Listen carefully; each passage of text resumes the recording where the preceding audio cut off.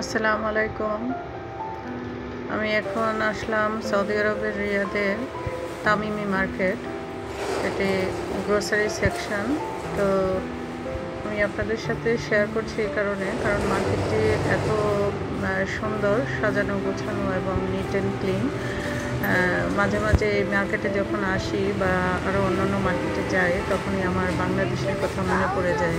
আমার বাংলাদেশে যে সমস্ত কিছু ঢাকা সিটিতে এ ধরনের গ্রোসারি মার্কেট হয়েছে, দেখো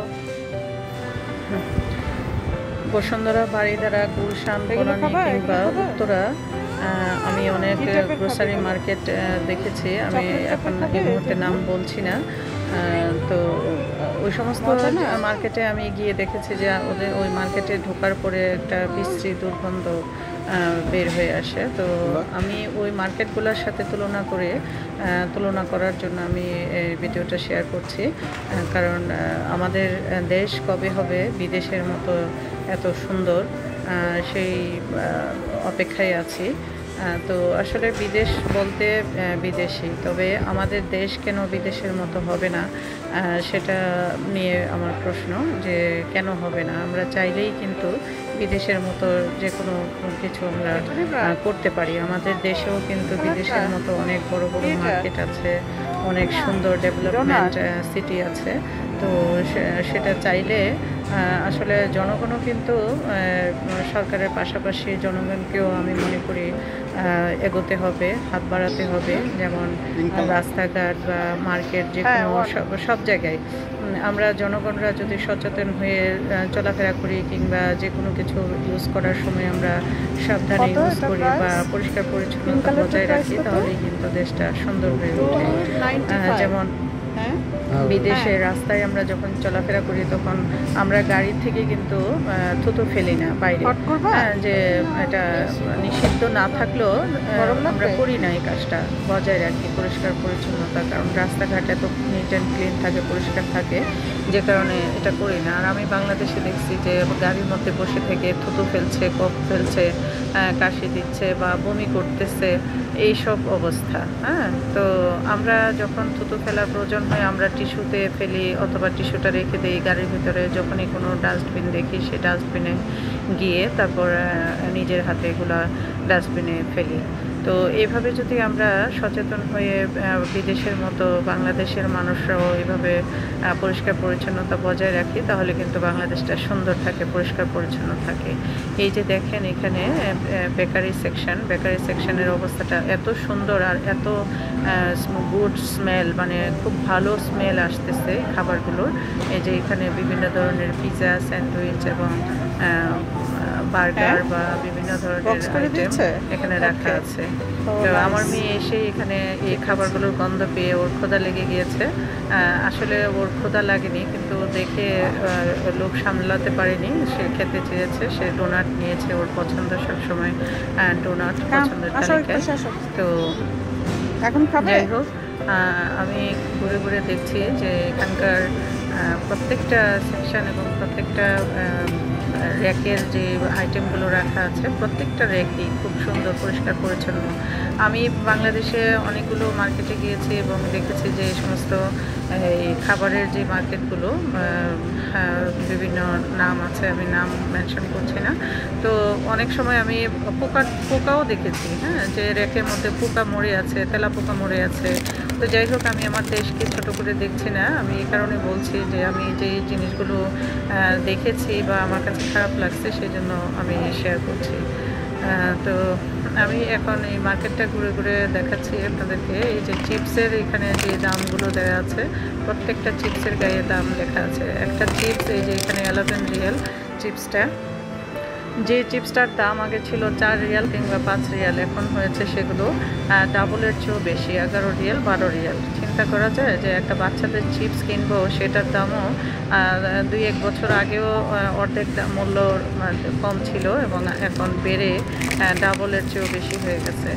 তো যাই হোক, এই যে আপেলগুলো দেখছিলাম, আপেলের দামগুলো আগে অনেক কম ছিল, এখন অনেক বেড়ে গেছে।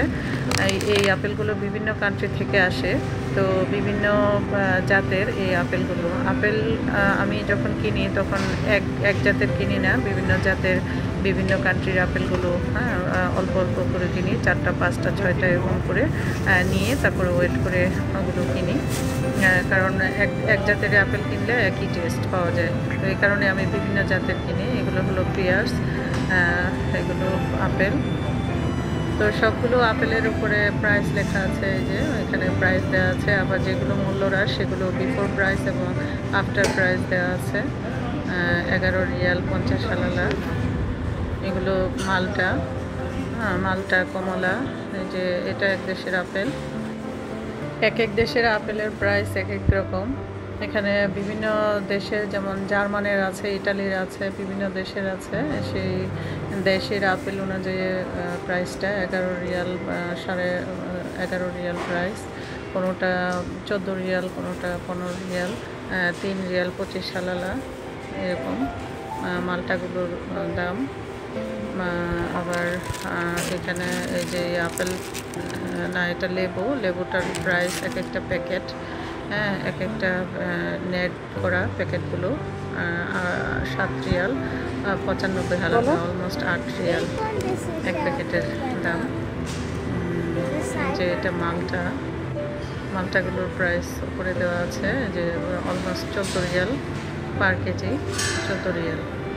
সব কিছুর দাম বাংলাদেশে যেমন শো করে বাড়ছে, এই দেশেও প্রতিটা দেশে আমি মনে করি যে এইভাবে শো করে দাম বাড়তেছে। তো এই দ্রব্যমূল্যের দাম বাড়ার পাশাপাশি যদি মানুষের ইনকামও বাড়তো, তাহলে কিন্তু ব্যাঘাত করতো না কোনো কিছু কিনতে বা কোনো কিছু খাওয়ার ক্ষেত্রে, হ্যাঁ, সব কিছু ইজি লাগতো।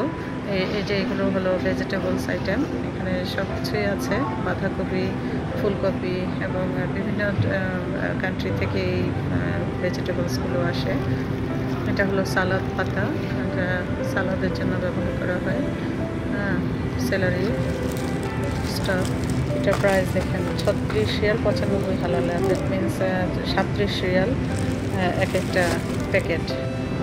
আরেকটি কথা, আমি যে মূল্য বলতে গিয়ে হালালা কথাটা বলছি, 36 রিয়াল 95 হালালা। হালালা হলো পয়সা, যেমন সৌদি আরবে এটাকে পয়সাকে হালালা বলা হয়। এগুলো ক্যারট, গাজর 7 রিয়াল 50 হালালা, অলমোস্ট 8 রিয়াল এক বক্সের দাম।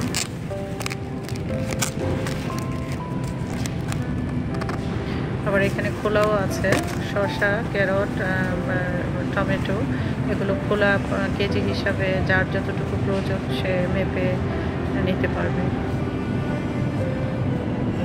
এই যে সবগুলো সেকশনেই কিন্তু আমি হেঁটে হেঁটে দেখাচ্ছি, একটুও কোনো দুর্গন্ধ নাই। পচা যখনই কোনো কিছু নষ্ট হয় সাথে সাথে ওটা ফেলে দেয় ওরা বেছে বেছে।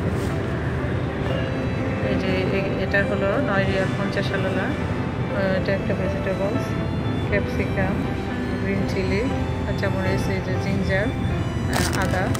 এখানে প্রাইস লেখা আছে, যে পরিমাণ এখানে আছে সেই পরিমাণের উপর প্রাইস লেখা আছে, দাম লেখা আছে। এই যে নিচে দেওয়া আছে, এটা প্রত্যেকটা আইটেমের প্রাইস লেখা আছে, বক্সের মধ্যে লেখা আছে, কিংবা পার কেজি কিংবা গ্রাম, যার যতটুকু প্রয়োজন সে ততটুকু নিতে পারবে।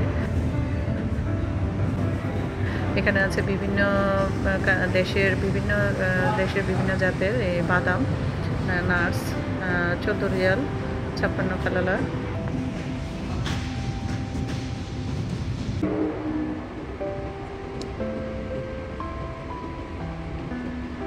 তো আমার ভিডিওটি কেমন লাগলো, ভালো লাগলে লাইক কমেন্ট শেয়ার করবেন। আজকে এই পর্যন্তই, সবাই ভালো থাকবেন, আল্লাহ হাফেজ।